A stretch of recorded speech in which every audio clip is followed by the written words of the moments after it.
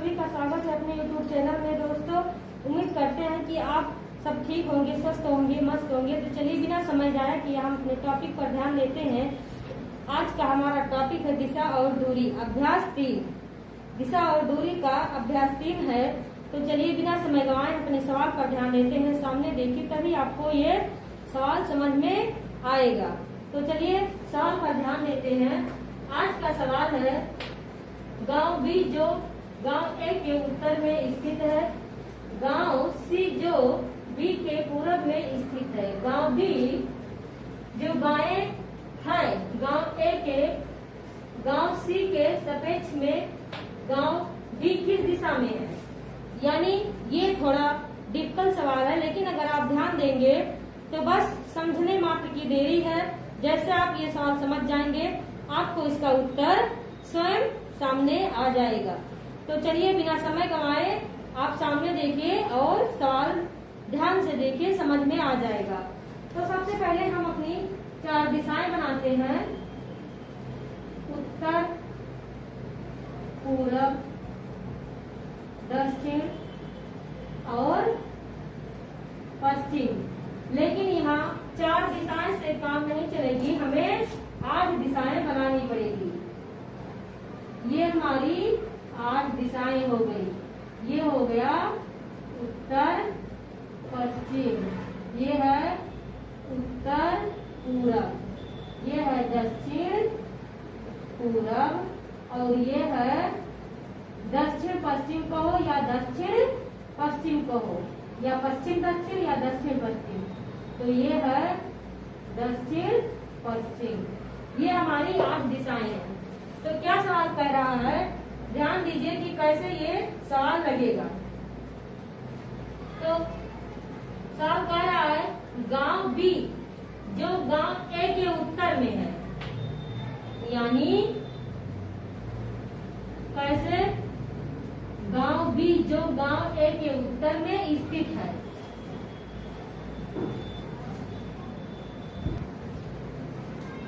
तो बिना समय गंवाए ध्यान देते हैं कि कैसे सवाल हल होगा। सामने देखिए, तभी आपको भी क्वेश्चन और सवाल दोनों समझ में आएगा, और पढ़ाने वाला भी।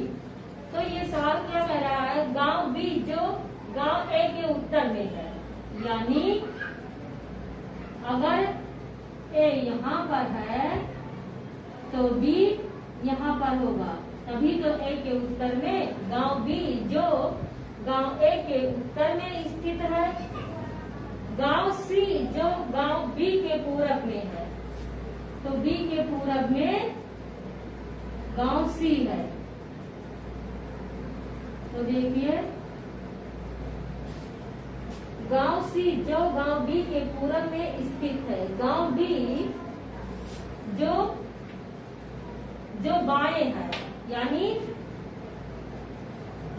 स्थित है गांव बी जो बाएं है गांव ए के बाएं, यानी ए के बाएं। तो वो या यहाँ हो सकता है या यहाँ हो सकता है, क्योंकि उत्तर में है तो ये उत्तर हो गया, लेकिन बाएं ये है कि ये है, ये क्लियर नहीं है। तो क्या है, गांव ए के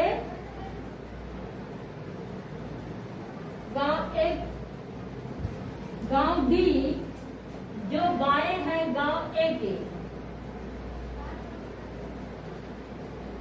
गांव सी के सापेक्ष में गांव डी किस दिशा में है। तो इस तरह से हमारा सवाल होगा। तो समझिए, जो यहाँ था डी, तो यहाँ नहीं होगा। किस लिए, क्योंकि ये उत्तर में बता रहा है, तो ये उत्तर में है, तो इसका बायां यही होगा, ये इसका दायां हो जाएगा।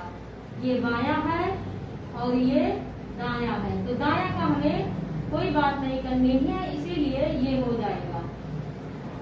तो हमारा ये रिश्ता पूछ रहा है सी और डी का, सी और डी का पूछ रहा है। तो जब बी उत्तर में है, ए दक्षिण में है और सी पूरब में है, डी यहाँ पर है, तो डी कहाँ पर है, यहाँ पर है, ए यहाँ पर है और बी यहाँ पे और सी यहाँ पर है। तो इस प्रकार से है। तो कौन सा पूछ रहा है हमसे, सी और डी का। तो ये पूछ रहा है सी के सापेक्ष में डी किस दिशा में है, तो सी की अपेक्षा डी किस दिशा में है, दक्षिण पश्चिम में, दक्षिण पश्चिम। तो हमारा ऑप्शन देखते हैं। देखिए कि बस कुछ ही सेकंड में ये सवाल हल हो गया है। तो सामने देखिए और उसका उत्तर का जवाब दीजिए। देखिए कौन सा ऑप्शन सही है। तो हमारा पहला ऑप्शन है पश्चिम, दूसरा है दक्षिण पश्चिम, चौथा है दक्षिण और चौथा ऑप्शन है दक्षिण पश्चिम, सॉरी उत्तर पश्चिम, और पांचवा है इनमें से कोई नहीं। तो हमारा सवाल क्या है, दक्षिण पश्चिम कहो या दक्षिण पश्चिम कहो या फिर पश्चिम दक्षिण कहो। ये दिशा जो है इसे दक्षिण पश्चिम भी कह सकते हो और पश्चिम दक्षिण भी कह सकते हो, क्योंकि ये पश्चिम से दक्षिण में हो जाएगा और ये दक्षिण से पश्चिम में हो जाएगा। तो हमारा ये दूसरा ऑप्शन सही है। तो उसी प्रकार से बिना समय गंवाए हम अपने दूसरे सवाल पर ध्यान देते हैं।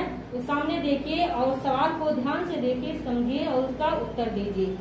तो हमारा दूसरा सवाल कह रहा है P के अपेक्षा P के दक्षिण पश्चिम में Q है, Q के पूरब में, और P के दक्षिण पूरब में R है।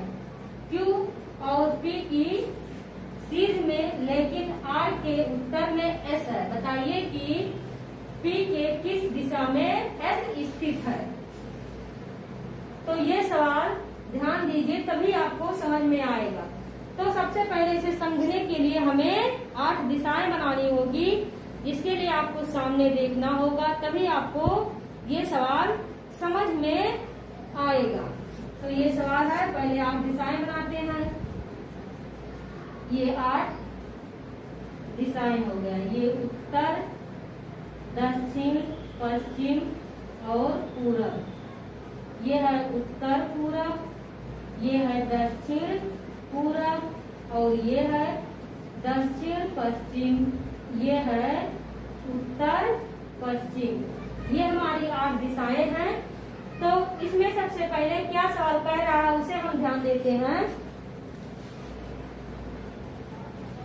तो देखना ये है कि हम बिना समय गंवाए सवाल पर ध्यान देते हैं, टॉपिक पर ध्यान देते हैं। तो सामने देखिए और सवाल को हल कीजिए।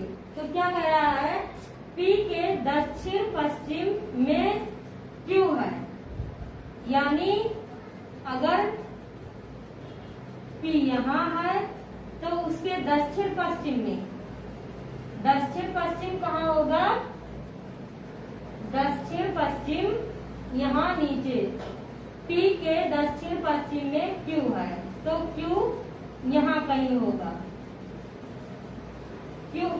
Q है, Q के पूरब और P के उत्तर पूरब, P के दक्षिण पश्चिम में Q है, यानी ये P है। ये 4 दिशाएं पहले है, ये P हो गया,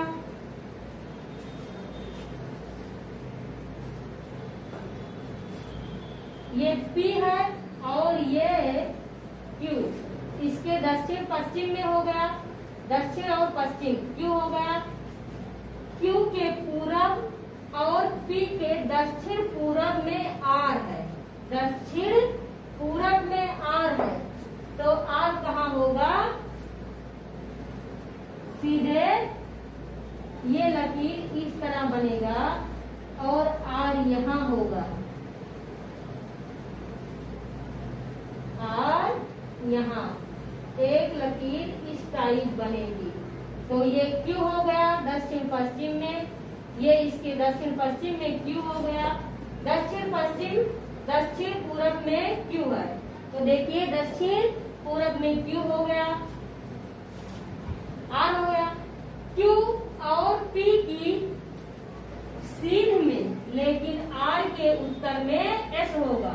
तो देखिए क्यू और पी के सीध ऐसा है, आर के सीध में है, लेकिन आर के सीध उत्तर में ऐसा है। तो उत्तर में हो गया। बताइए कि पी के किस दिशा में एस स्थित है। तो क्या सवाल कह रहा है, देखिए ध्यान से, एक बार फिर से ध्यान से सवाल देख लीजिए, जिससे आपको समझ में आ जाए। सामने देखिए और सवाल को समझिए। सवाल क्या कह रहा है, पी के दक्षिण पश्चिम में क्यू है।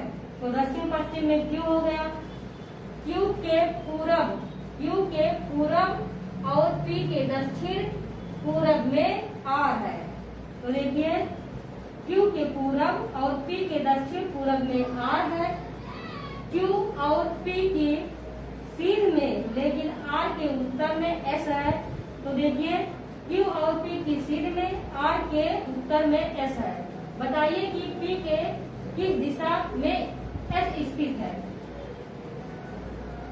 क्या कह रहा, पी के किस दिशा में एस स्थित है। तो देखिए ये पश्चिम है, ये पूरब, ये उत्तर और ये दक्षिण। तो अगर P यहाँ है तो ये तिरछा पूछ रहा है, तो किस में है, उत्तर पूरब।